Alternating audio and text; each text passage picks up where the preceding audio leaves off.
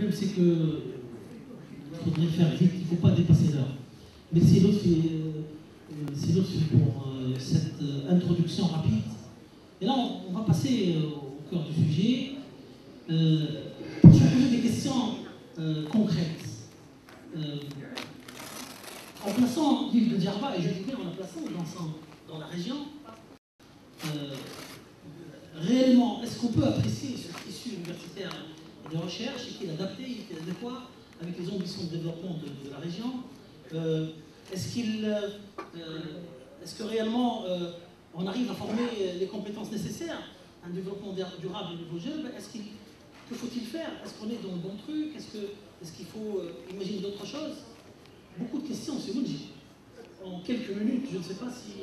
je suis sûr que vous allez répondre à ça.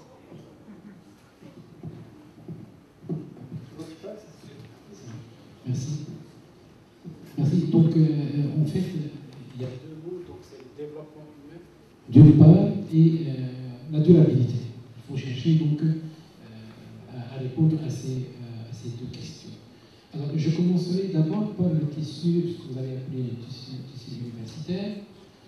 Donc, pour moi, ce n'est pas gênant le fait que Gênes ne soit pas doté d'institutions universitaires. Hein. C'est pas gênant. De toute façon, la faculté de médecine elle est maintenant à Medellin, donc c'est déjà programmé. Nous avons l'ISET, et nous savons que dans tous les gouvernements, dans chaque gouvernement, il y a l'Institut ISET. Pourquoi je dis ça? Parce que nous avons un enseignement supérieur qui se fait à Tunis et qui peut aller bien avec l'île de Djerba, c'est la CITED. La CITED, donc ce sont les laboratoires de biotechnologie, et je pense que c'est un type d'enseignement qui peut aller avec l'île de Djerba. Mais je pense également à un institut qui pourrait faire l'affaire aussi, un peu à l'image de ce que le professeur Snaoui a dit tout à l'heure, c'est un institut des métiers du patrimoine et du tourisme. Métiers du tourisme, c'est ce qu'il nous a expliqué tout à l'heure, mais métiers du patrimoine au sens large du terme, donc la poterie par exemple, tout ce qui concerne l'archéologie, tout ce qui concerne également l'artisanat, alors tout particulièrement les métiers du patrimoine, l'argile, parce que nous savons la poterie, parce que nous savons qu'à Djerba, le type d'argile que nous avons, c'est des argiles spécifiques. Spécifiques à l'île de Djerba et uniques à l'échelle du pays. Nous savons qu'il y a 4 régions qui produisent de l'argile, donc qui font la poterie en Tunisie, la région de Sejnen, la région de Label et la région de Mokni et Djerba. Mais dans les 3 autres régions, les argiles sont à base marneuse. Et seules les argiles djerbiennes qui sont à base gypseuse, qui donnent en réalité la bonne matière première. En ce qui concerne l'artisanat, les habits, tout particulièrement, on parlait tout à l'heure avec madame qui nous disait que les Chinois ont commencé à vendre à Djerba et en Tunisie des tissus semblables aux biscuits et aux tissus donc, traditionnels que nous produisons. Donc, c'est une raison de plus donc, pour penser à faire naître donc, ce type de métier. L'archéologie, évidemment, l'archéologie au sens large du terme, qui touche l'île de Djerba, mais également l'archéologie de l'arrière-pays, le système de casse donc dans les terres. Mais pour moi, ce qui intéresse le plus, c'est surtout les ressources humaines, c'est-à-dire comment retenir les Djerbiens, donc comment les retenir à l'île de Djerba. Parce qu'on a l'impression que tout le problème qu'on a débattu depuis le matin, en ce qui concerne le fait que l'intérieur est devenu maintenant presque vide de sa population, c'est que la population, elle vous dit qu'on a besoin d'instituts supérieurs. Par exemple, nos enfants ont besoin d'instituts supérieurs ici à Djerba, si vous voulez qu'on reste à Djerba. Ça, donc, ça donne pas. Et d'autre part, nous savons qu'une bonne partie de ces Djerbiens qui se trouvent maintenant en dehors de l'île de Djerba, qui ont abandonné donc, la partie intérieure de l'île, c'est de cette façon-là, nous avons ce que nous avons montré le matin, donc le délabrement et le vidange qui se fait de plus en plus à l'intérieur de l'île. Pour que les choses soient concrètes, pour que lors du prochain forum, on va nous dire, mais qu'est-ce que vous avez fait entre un forum et un autre? C'est vrai, on doit penser des grands projets, comme cette route, ce pont qui devrait se faire entre Djerba et la Terre. On doit penser à la création de ces instituts, mais on doit également penser à de petits projets porteurs. Et c'est une chance pour l'île de Djerba que GIZ est parmi nous, que nous avons des gens qui pensent, que nous avons des gens qui ont de l'argent. Donc, pour retenir davantage maintenant les gens à l'intérieur de l'île, il faut passer maintenant à de petits projets, à des actions qui pourraient se faire entre un forum et un autre, et je pense tout particulièrement à la réhabilitation des Menzel, un certain nombre de Menzel. Le fait de ressusciter également l'agriculture. Et ce sont de petits projets porteurs parce que moi, si je trouve le voisin, la maison du voisin a été réhabilitée de cette façon-là, je vais faire la même chose. Donc il va y avoir un effet indu. Parce que j'ai l'impression de plus en plus que le Djerbien est devenu maintenant malheureusement passif vis-à-vis de son milieu. Voilà, c'est tout ce que j'ai à dire. Merci, Simonji. Vous avez apporté un point de vue pragmatique et raisonné, si on peut dire.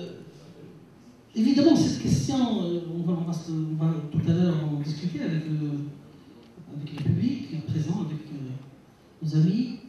Mais je voudrais avancer sur l'ensemble des questions comme important, on ne peut pas y aller une par une. Je vais maintenant prendre un autre volet de la chose et se poser d'autres formes de renforcement du capital humain qui, lui, concerne beaucoup plus la vie dans les entreprises, qu'elles soient des entreprises hôtelières ou autres.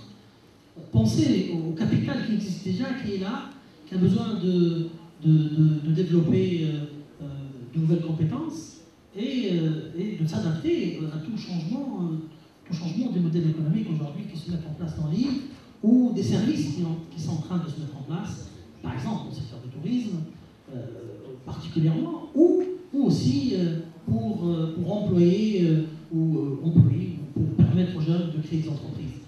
Est-ce qu'on ne peut pas sortir du box, hein, faire autre chose, je veux dire, que la formation, fameuse formation 21-21 et ces histoires des sentiers un peu battus, y a-t-il enfin, je compte sur toi, hein, pour nous booster un peu ça, pour bousculer un peu tout ça. Merci, Serad. J'aimerais remercier le comité d'organisation. C'est bon. Je vais être pragmatique et terre à terre. Quelles ressources humaines pour quel modèle de développement? Comment on peut valoriser le capital humain? En fait, c'est ma spécialité en quelque sorte. Je suis souvent intrigué par le modèle de Djerbien, ce commerçant, les participants, professeur Bourg, etc. Et en fait, le lien entre cette culture, cette nouvelle culture émergente, dite la culture de performance, et ce modèle djerbien. Et je vais terminer mon exposé, je vais essayer d'être bref, qu'il y a beaucoup de similitudes et de ressemblances entre cette nouvelle culture dite de globalisation, basée et axée sur la performance, et sur ce modèle effectivement de Djerbien, le commerçant du coin. Quand on parle de capital humain et quand on parle de la culture de performance, elle s'articule sur deux principaux axes. Le premier axe, c'est ce qu'on appelle mettre en place des objectifs SMART.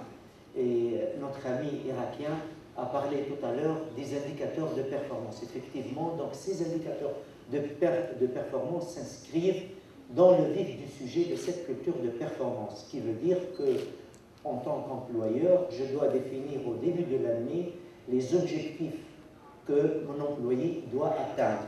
Mais ce n'est pas tout, c'est un contrat de partenariat, c'est un contrat de partenariat qui est basé sur ce qu'on appelle le feedback, c'est-à-dire l'employeur, le chef hiérarchique et le manager doivent définir des fréquences d'entretien et idéalement parlant que cet employeur, ce chef hiérarchique, ce superviseur, ce manager doit s'entretenir obligatoire toutes les 6 semaines avec son collaborateur et doit donner toute l'importance et toute l'attention à son employé parce que c'est la base du changement. Et je souligne le mot changement. Donc, le monde est caractérisé par 2 caractéristiques qui sont le monde du 21e siècle, l'incertitude et l'ambiguïté évidemment, et le changement perpétuel. Donc, ce qu'on disait le matin et ce qu'on est en train de dire cet après-midi, en fait, même s'il est vrai, il est très limité dans le temps et probablement avec l'arrivée ou l'avènement du nouveau forum, on trouve face à des nouvelles problématiques qui surgissent. Que faut-il faire? Donc, notre fer de lance, c'est le capital humain, c'est cet employé, c'est notre capital essentiel, c'est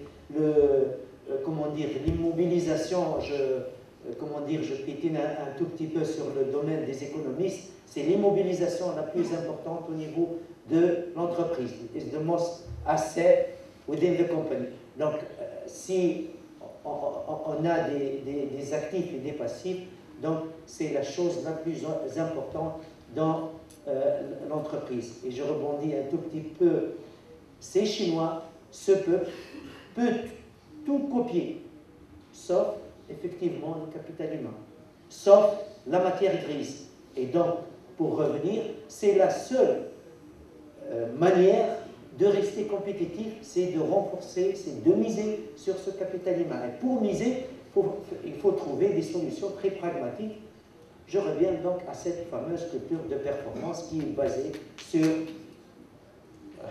apparemment, on est sur je suis sur la même longueur d'onde avec mon ami irakien. Donc, il faut définir ce contrat de partenariat, d'échange basé sur le feedback. Je reviens un tout petit peu à des choses pragmatiques. Donc, j'ai défini au début de l'année des objectifs SMART. Généralement, ça varie entre 5 à 7 objectifs. J'ouvre une petite parenthèse pour les gens qui ne savent pas qu'est-ce que ça veut dire SMART. Ça veut dire des objectifs spécifiques, mesurables, atteignables, limités dans le temps et ambitieux. Et on peut les appliquer même pour ce forum, on peut appliquer même pour notre plan d'action. Est-ce qu'on est assez SMART ou non?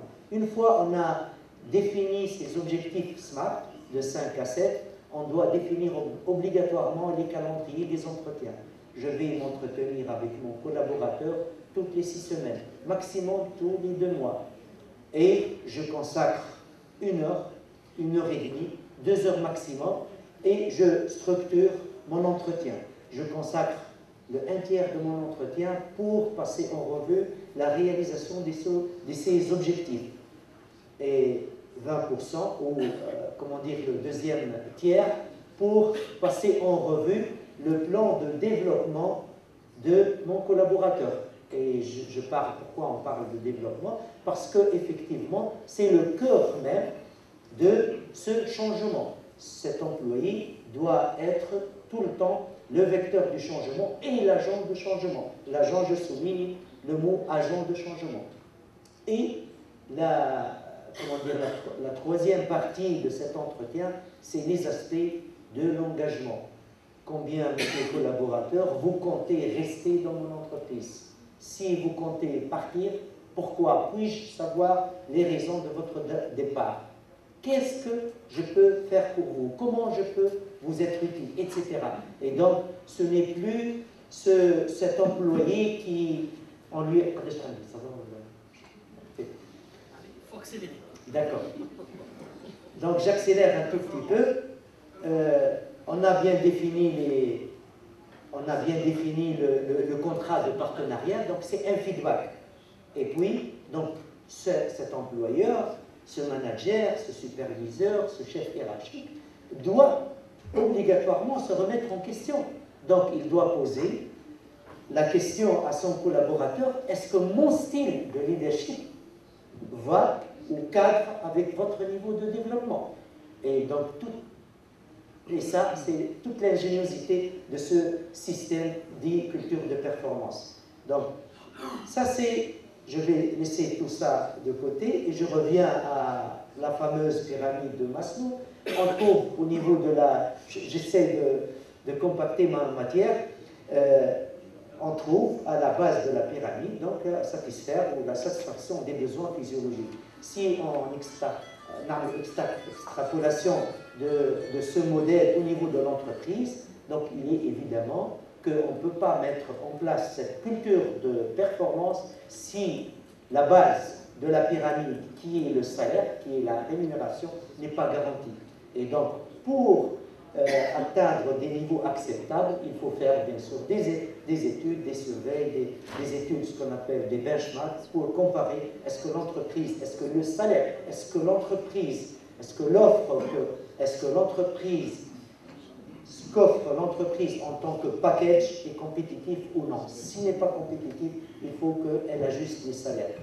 Donc, on a des 6 semaines, des entretiens à 6 semaines, je termine, des entretiens à 6 semaines, et puis des entretiens mi-année, et puis l'évaluation de fin d'année, pour faire le bilan de ce qui marche et ce qui ne marche pas. Ma dernière réflexion, comme je vous ai dit tout à l'heure, j'étais intrigué par ce modèle de commerçant, et j'ai fait quelques petites recherches. Je me suis basé sur des témoignages de quelques personnes âgées, bien sûr évidemment des Djeriens, qui m'ont expliqué ce modèle. Effectivement, ce modèle est basé sur le concept même du coaching, qui est cette régularité d'entretien et les fréquences, et puis ce modèle de partenariat. Souvenez-vous, on commence tout petit, un apprenti chez un commerçant, chez un épicier, et on finit généralement par être propriétaire d'une épicerie, d'un petit commerce. Ça veut dire que monsieur l'attar ou le monsieur le commerçant n'a pas accaparé la fortune ou la richesse. Il a partagé le gâteau avec son apprenti de jadis. Et ça, c'est le modèle même, c'est l'essence même, c'est l'esprit même du coaching. Le coaching n'est qu'un contrat de partenariat entre un collaborateur et son employeur. Et merci beaucoup. Merci beaucoup. Mais il faut qu'on mette un peu de rythme dans cette histoire.